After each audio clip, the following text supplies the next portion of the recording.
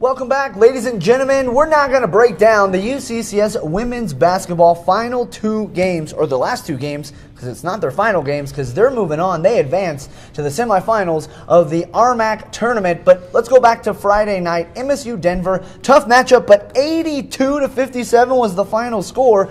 A victory for your women's basketball team. I'm not going to lie.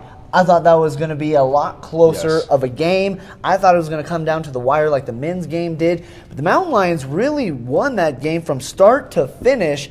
They had control of the entire game against MSU Denver to start things off on Friday night. Brittany Hernandez, a monster game, 29 points, 10 rebounds, 5 block shots, which helped propel her to her 7th RMAC Player of the Week this season. Unbelievable, unprecedented.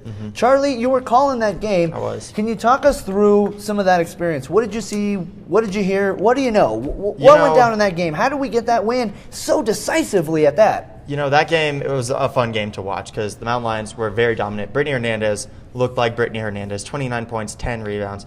But the thing I noticed, and, you know, I got a chance to talk to the two seniors before. Shannon Kelly, Gabby Ramirez, both had their senior nights against MSU Denver. Gabby Ramirez, you know, right over there in that section, her family took over the whole section. I believe there's around 30 people. I like those shirts. Of Brittany Hernandez. Yeah, those were great. Gabby Ramirez. They were ready. They were ready, you know.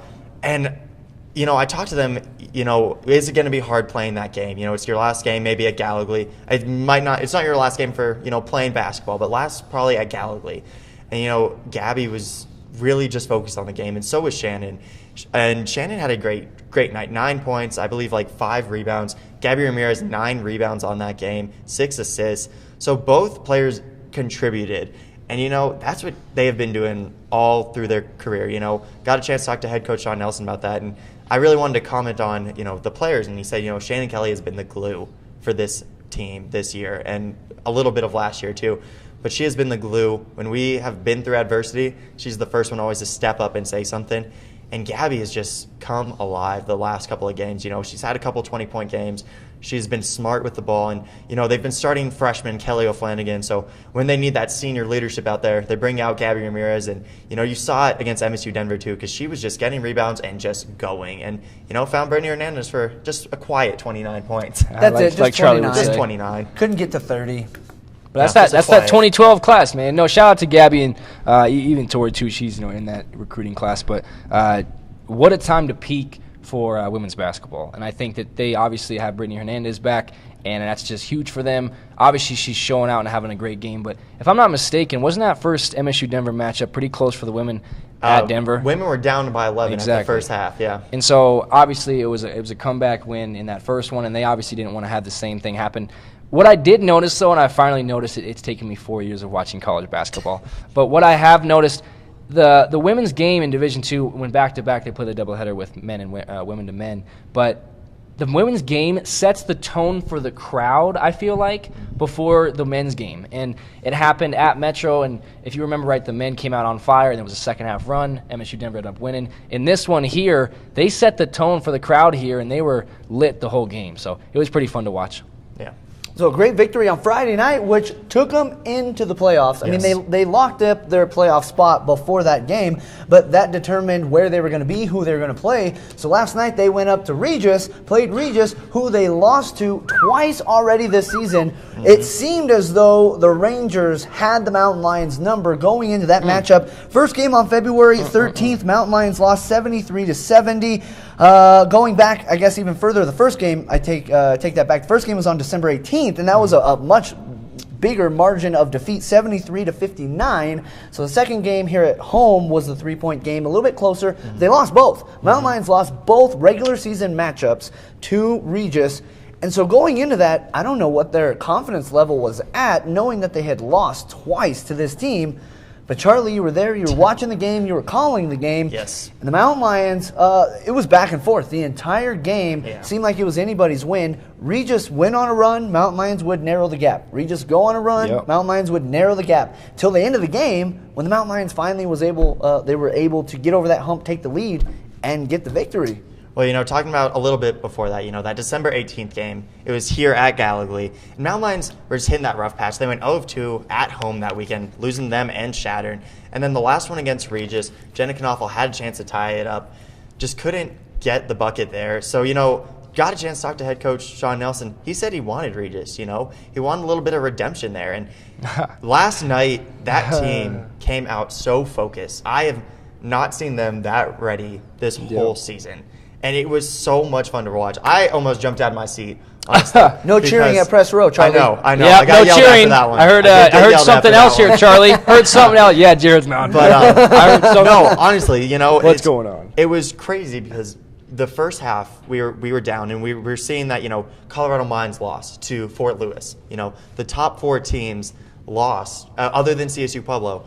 As you see it right there, we were almost hosting we the rest of this almost tournament. did host. Yes, we were this couple close to points away. hosting. So Jared Verner was sitting right next to me. He goes, Mines lost, Black Hills lost. If CSU Pueblo loses, we host. When they won in overtime, so they did. almost lost. And I Every said, top seed. Jared, we got to get through this game right now. Oh, We're down man. by 8.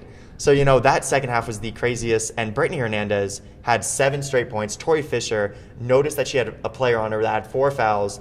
And, she attacked the basket. And then Jen Vigil, 8 of 8 from the free throw line. The 2 Clutch. biggest free throws of the season, probably of her career, actually. Got that. And then on the other side, Bailey Purdy had a great game, excellent game. Her and Cress Williams, both seniors, shout out to them. They did excellent this year and, had a great career. But Bailey Purdy had an excellent shot to tie the game up and send it over into overtime. And Shannon Kelly blocked it. And, Mountain Lions got the win. It was The senior with the stuff. It was just a fun game. And that's what you expect from Shannon Kelly. Shannon Kelly and Jen Vigil actually played the last, I believe, 7 minutes with 4 fouls. So, It's risky. They played smart, and it was a tough one. But, yeah, I jumped out of my seat just a little too much on that one. You got to maintain your composure, Hey, Bang Bang. composure. I have to learn from the Maintain your women's basketball composure. team. That's right.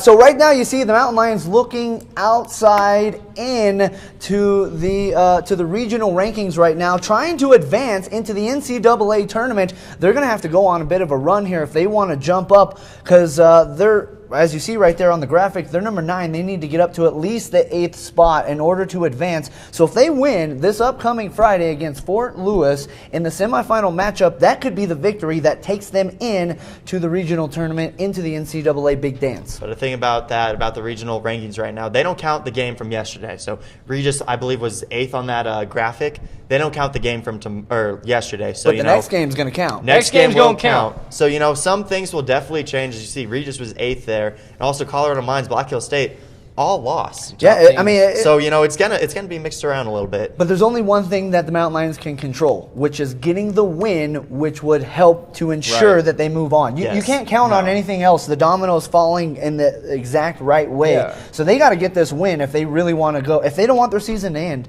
they got to win. I mean, it's bottom line. And I talked about it. We talked about good free throw shooters versus percentages or teams peaking. If you peak this late in the season, I know they had some struggles and tribulations. Obviously, they're ranked 9th out of all these teams that they just beat. But the best thing about it is this playoff basketball. A lot of these stats I compiled, there's second half teams. You throw them out because it's playoffs. And whoever comes to play on that given day can win. And that's the best part about it. That's right, and we're going to see what happens this upcoming Friday as CSU Pueblo is going to host the rest of the tournament on the women's side. So close. So close. We're literally this close to hosting here right behind us at the Gallagher Event Center, but we're going to take a little journey down I-25 about 45 minutes this upcoming Friday to see your Mountain Lions in action, tipping off at 5 o'clock against Fort Lewis. That's going to be a huge matchup.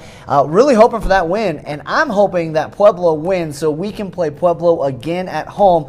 Charlie loves Pueblo. He gets T-shirts whenever we go there. So he's excited that the tournament's going to be at Pueblo as well. But that's what I envision. I want to see the Mountain Lions beat Pueblo at Pueblo for the championship, and that could happen if both teams win this upcoming Friday. Really excited about that. Charlie, you're going to be calling the game. Predictions? What do you think is going to happen against Fort Lewis before we move on to that matchup against whoever? Well, here's the thing. So we haven't even mentioned Brittany Hernandez, RMAC Player of the Year, RMAC Defensive Player of the Year. Defensive Player of the Year as well. She swept the awards. Yeah. So having right now the best player in the RMAC is very nice. As you see right there, Brittany Hernandez, 6 on basketball or all-time career scoring for Mountain Lions. But having the best player gives you a really good advantage. But here's the thing. I think so. Fort Just a Lewis, little. just a little bit. So Fort Lewis helps. is a Come on. scrappy team. Got a couple of seniors. Michelle Turner hit a dagger on the Mountain Lions last year. So these two teams know each other very well. It's going to be a good game against Fort Lewis. And, that's the thing about the RMAC. Fort Lewis had a winning record. Really, I did not see them being the 8th seed, but they got there. They showed yesterday that they can beat any team, beating Mines. So they're going to be a good team to face and be a real challenge for the Mountain Lions. And then if CSU Pueblo does win, Molly Rohr, RMAC Rookie of the Year, Freshman of the Year, it'll be interesting to see her and Hernandez matched up because she's about 6'4". I got my money on Hernandez. With a big wingspan. It'll be interesting to see what's going to happen because Molly Rohr can shoot a little bit too, so it's going to be a fun matchup there. That will be an interesting matchup, but if you give me the Freshman of the Year versus the RMAC Player of the Year and right. the Defender of the Year. Yeah, I was going to say, give her 2 awards and then we'll talk. Yeah. You're right. I got my money on Hernandez every time. And for that game, though, against Fort Lewis, I kind of put it as that Tarleton game where UCCS played in the first round of the Division II tourney last year against Mines. Yeah. And it's such a neutral ground that no team really has a home crowd. Obviously, we're closer, so we could easily bring people. Oh, we're going to have buses shuttling all the way to Pueblo, and I hope, too. I hope that's true, but it's true. I say 15-point lead, about 2 minutes left, and then we win by 12 points with ease. I think I think the Mountain Lions are rolling right now, and I take them big in this one. Some tough words right there from Sauce. Yeah. Well, they are playing their best basketball the entire season right now, at least last night and this past Friday night against MSU Denver. So hoping to keep that momentum rolling this Friday, 5 o'clock tip-off from the Masari Arena at CSU Pueblo. Be there. We'll be there. We're going to be watching live. Well, Sauce, you're not going to be there. You have other things going on, right? Big Apple, baby. But I'll right. be keeping tabs on them for without a doubt, man. Okay. I wish them the best of luck, and what a heck of a season they've had. Yeah, if you weren't in New York, you Exactly. would be there. That's right. There's Any other state, man. That's right. And you're going for an award. Yeah, man. Got nominated as the best play-by-play International Broadcast Service Award. So just a shout-out to them. And everyone Shout out to you. Yeah, I appreciate it, man. Yeah. Appreciate it.